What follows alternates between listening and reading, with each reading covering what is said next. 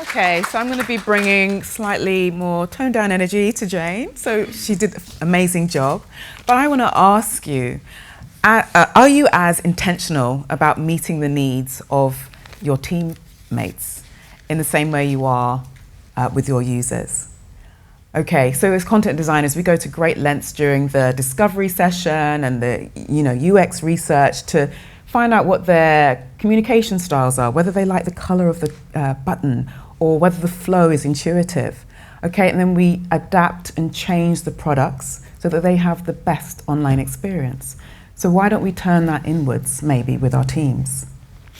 Oh, the clicker, that will help. Okay, let's see if it works. All right, so the quote, you can't truly empathize with your users without first empathizing with your teams, is a quote I used a couple of years ago when I wrote an article for an ebook by People Managing People. So I thought it was quite fitting to have the theme of empathy running through my talk today. All right, so that's a pretty high stat. 37% of CEOs say that empathy has no place in the workplace. Now, I don't believe that this is evident of content designers as a community. I think that most of us are empathetic, but we will likely be working for CEOs that have this sentiment. All right, so on the opposite scale though, 80% or 87% of employees actually believe that empathy is the thing that truly leads to inclusive workplaces. So it's pretty important that we try and build empathy internally. All right, so going to my title, I initially had Brilliant Not Broken, Harnessing ADHD Talent for Exceptional Results.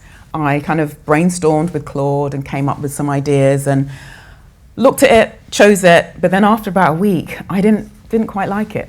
Considering I'm talking about ADHD and how to lead people with ADHD, I figured harnessing was a no-no. Because who wants to feel used and maybe discarded after they've done their work? And regarding exceptional results, people with ADHD tend to have a lot of pressure going on behind the scenes, okay? So why add on more by asking us to be exceptional, okay? So again, that had to go. So new title is Nurturing ADHD Talent for Insightful Outcomes. So those of you watching or those of you in the room that have ADHD, we can all breathe a collective sigh of relief and regulate our emotions. So going on to this next slide, I don't know whether I should do a poll and see how many of you know what these shapes relate to. Does anybody want to put their hands up? I'm quite curious to know. You don't have to look back, but does anyone know what these shapes relate to? Good. Oh, one person. Okay, that's good. So about 2 years ago, I was diagnosed with ADHD. And what the assessment involved was a series of interviews with professionals like psychologists and psychiatrists and seeing a nurse. So it was a 7-hour day. But then we also did a 20-minute test, which involved looking at a computer screen where we see a shape, which is a square or a circle, flashing in front of you at high speed. So I had a clicker, and what I would have to do is ensure that I clicked when I saw 2 of the same in a row. So if it was 2 blue squares, click. If it was 3 in a row, I had to click twice. So as you can imagine, doing that for 20 minutes is pretty infuriating. All right, so on the left is a typical ADHDer, where you see the green is when they're correct, when they're clicked correctly, the reds are where they made mistakes. But for the first 5 minutes, okay, they're quick to respond, they're focused, but as the 20 minutes continued to progress, it was all going haywire because we were losing focus and the response time was slower. So to the right was when I did the test for the second time. So these aren't my actual results, but more or less this is what it looked like. So after taking the ADHD med, you do the test again. And as a surprise, you see that you are more focused. All right, but this is also what neurotypical's results could look like as well. They also measure your micro movements. So to the left, okay, it's all over the place. You know, the micro movements are being measured and you think, oh my gosh, I didn't realize I was so hyper, and look at me being hyper now. But then after the meds, suddenly you're more in control, all right? So that was a 20-minute test. So you would be forgiven for thinking, okay, maybe people are just, you know, pretending. You know, we are not seeing a rise in ADHD. I just want to drill that in. Millions of people are being diagnosed every single year, and I just believe that's going to continue. People have been struggling behind the scenes for a long time, all right? So I think probably about 30 years ago, there wasn't even the diagnosis, the formal diagnosis of ADHD that we see today. Okay, so yeah, you might think, okay, it's big pharma, or it's not real. I thought that before diagnosis for the longest time. But I think it was a Scottish physician who wrote in the late 1700s about a condition called mental restlessness, about his students that were struggling to focus. So as you can see, there is evidence of ADHD, the ADHD construct going back over 200 years ago. It is real, folks. Another thing some of you might say is, but aren't we all ADHD? So to that I'll say yes and no. And this graph does a really great job of comparing what a neurotypical person, how a neurotypical person handles the same symptoms as somebody with ADHD. All right, so yes, a neurotypical person from time to time might forget their keys, they might lose focus, but the more further out you go to the wheel, the more impact it's having on your life, all right? So an ADHD person has, you know, not every ADHD person is the same, by the way. So you can get 10 ADHD people and that wheel will look different, but more often than not, we will fill in the wheel quite right to the edge, because it impacts our lives quite in a major way. Oops, daisy. So I love the analogy, it works great. I love the analogy that Dr. Judith Mooring came up with. She kind of talks about ADHD as being tidal. And by that she means that the waves are like the dopamine coming in and out, whether it's high or low. And that kind of tidal variation in emotions can be visible sometimes to people who are close to you. But for the ADHD, it's really exhausting, to be honest. We're working extra hard to try and keep up, or even to fit in with neurotypicals. And that's the problem. You know, we're trying to fit into a neurotypical world most of the time. So I want to encourage you to think about, if you're not of this mindset already, to consider leaning in and finding out more about your neurodiverse team. So I'm kind of talking from an ADHD perspective, because that's my lived experience, but if you have any other neurodiverse condition, please swap it out for that if it's relatable. So I'm gonna let you read that quote for a second on your own. And I'm sure that you've all thought of at least one person. Let's quickly move on. So it's kind of interesting because this is research backed. I think it was Michael Kraus, a psychologist, who experimented and found that high-powered individuals really struggle to kind of, I suppose, they tended not to connect with people's emotions, especially if they were in lower positions than themselves. But the other thing he found is that by coaching them, they could come back to their compassionate selves. So that's really good news, because it means that if we want to, we can be more empathetic if that isn't our strengths. So that's great news. All right, so we can start with a variation of the empathy map. So I'm not going to go through the tasks and thoughts and feelings, so that's pretty straightforward. But I adapted this for ADHDers, so energizers would be a great place to start, because there are certain things that make us go into a state of flow, that make us hyper-focused. And it's great if you're a content design lead to find out what are the things that helps them do their best work. How and where do they find their best ideas? It could be something as simple as, chunking down projects into small parts. Systems, so James Clear, he's the author of Atomic Habits. I'm sure most of you know him. He talks about the fact that we do not rise to the level of our goals. Instead, we fall to the level of our systems. So for ADHDers, I think leaning in more to systems is really important. And as a content lead, I think if you work with your teammate to come up with a toolbox of systems, of habits, of resources that will help them thrive, this will be really, really powerful. And lastly, blockers. So I'm just going to kind of highlight two areas. So something called task paralysis and as well RSD, yet another acronym, sorry. So task paralysis, there are things that can trigger, I suppose, ADHDers to maybe either slow down or stop progressing in a project. So it's really useful for you to find out what those things are. And regarding RSD, rejection sensitive dysphoria, so that's really the perceived or real feeling that we have around, if it's real or perceived rejection or real or perceived failure, the feelings we have are pretty strong and it's visible as well to other people. But it'd be great for you as a lead content professional to find out, okay, what are the things that leads to that? And I'll give you a quick example. Like when I was hired as a consultant for a tech startup, fancy tech startup with an open plan room, I had a product manager pull me up in person, call me out, I should say, in person quite loudly in front of 30 so people. Now that caused me to shrink, and as a content person, I couldn't do my best work. All right, so that's an example of a blocker.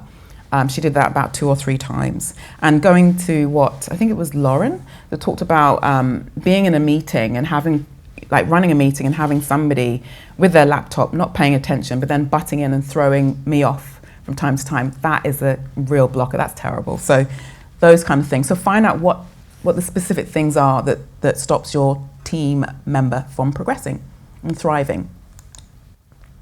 So I spoke to Casey Garza, who's doing an amazing job leading a couple of members of her team that has ADHD. So she does something around co-creating the growth plan, and how she does that is she does a highlight test where she goes on LinkedIn, looks for jobs around content. So she'll remove maybe the content engineer or content architect or content writer titles and removes all evidence of what the company is, and she'll be left with the list of responsibilities. So she will get her teammate to highlight the responsibilities that they like, that they want to learn, and the areas that they don't like. So they have really succeeded and done well in her team. So that's one example of how to work collaboratively with somebody with neurodiversity.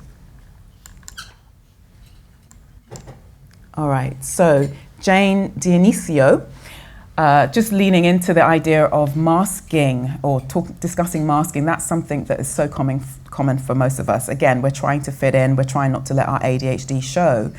And sadly, that can lead to burnout. So I think the best way, if we feel safe enough, is to be transparent if we're feeling overwhelmed. Like Jane says, if we're feeling like we need to shut down, just reschedule the meetings. So that's just one example. So being open.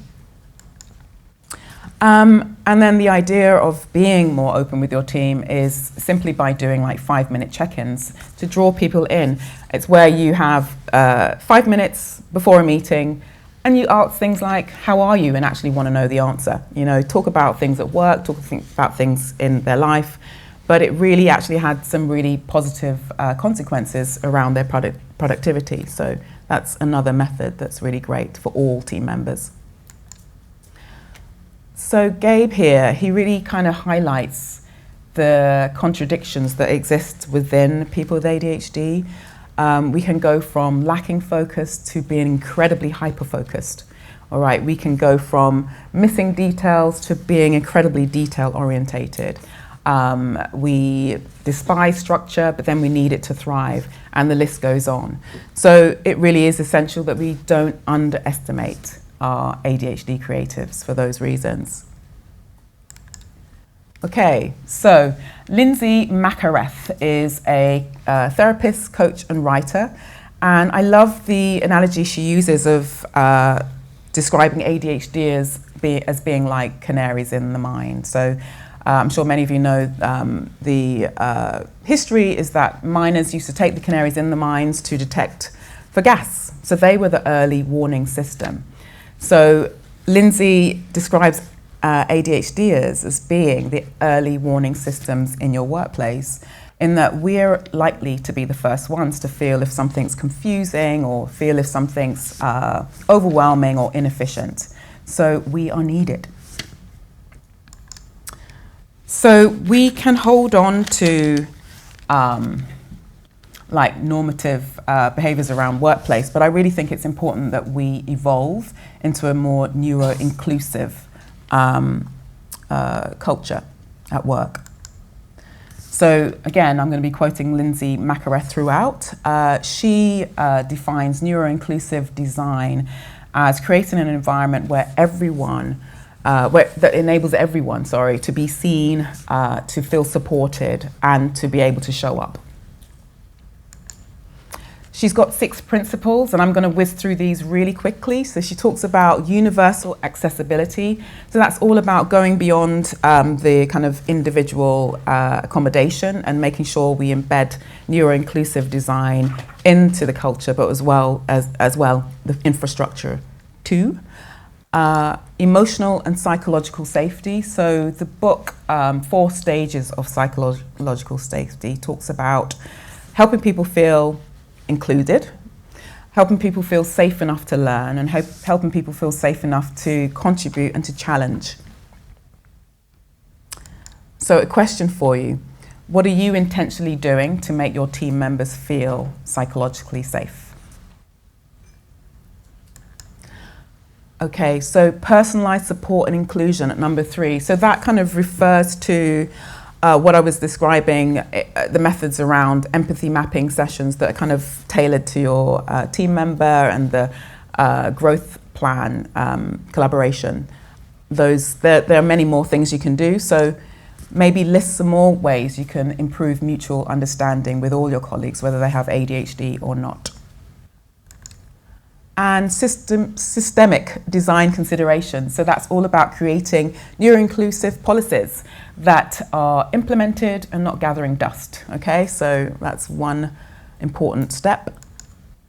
And then creating a culture of inclusivity. So that's around training, but more importantly, it's about you being an example in your workspace or in your team or in your department of neuro-inclusion.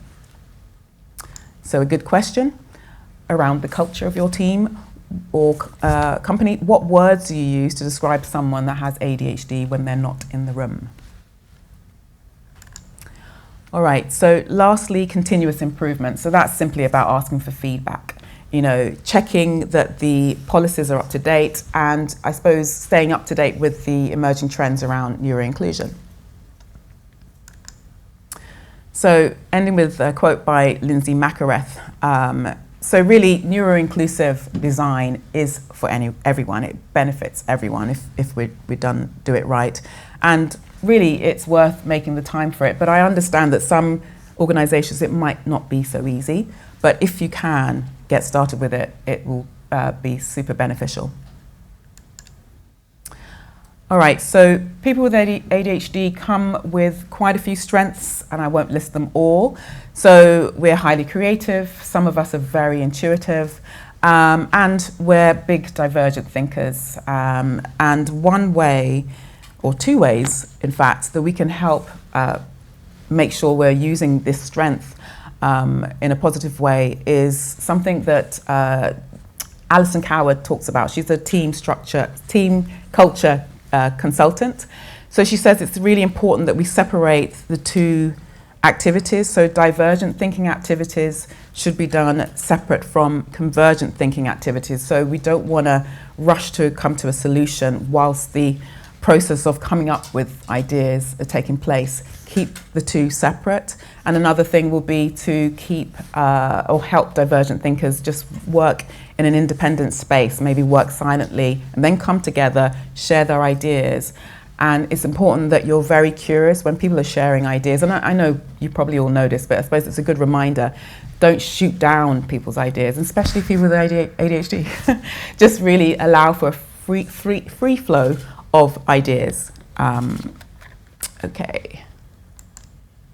Right, so Natalie O'Neill is another person who's doing incredibly with leading a couple of members in her team that have ADHD, and she really values what they do, and she can see a direct kind of like connection between the projects that they've done for her company Collective Health.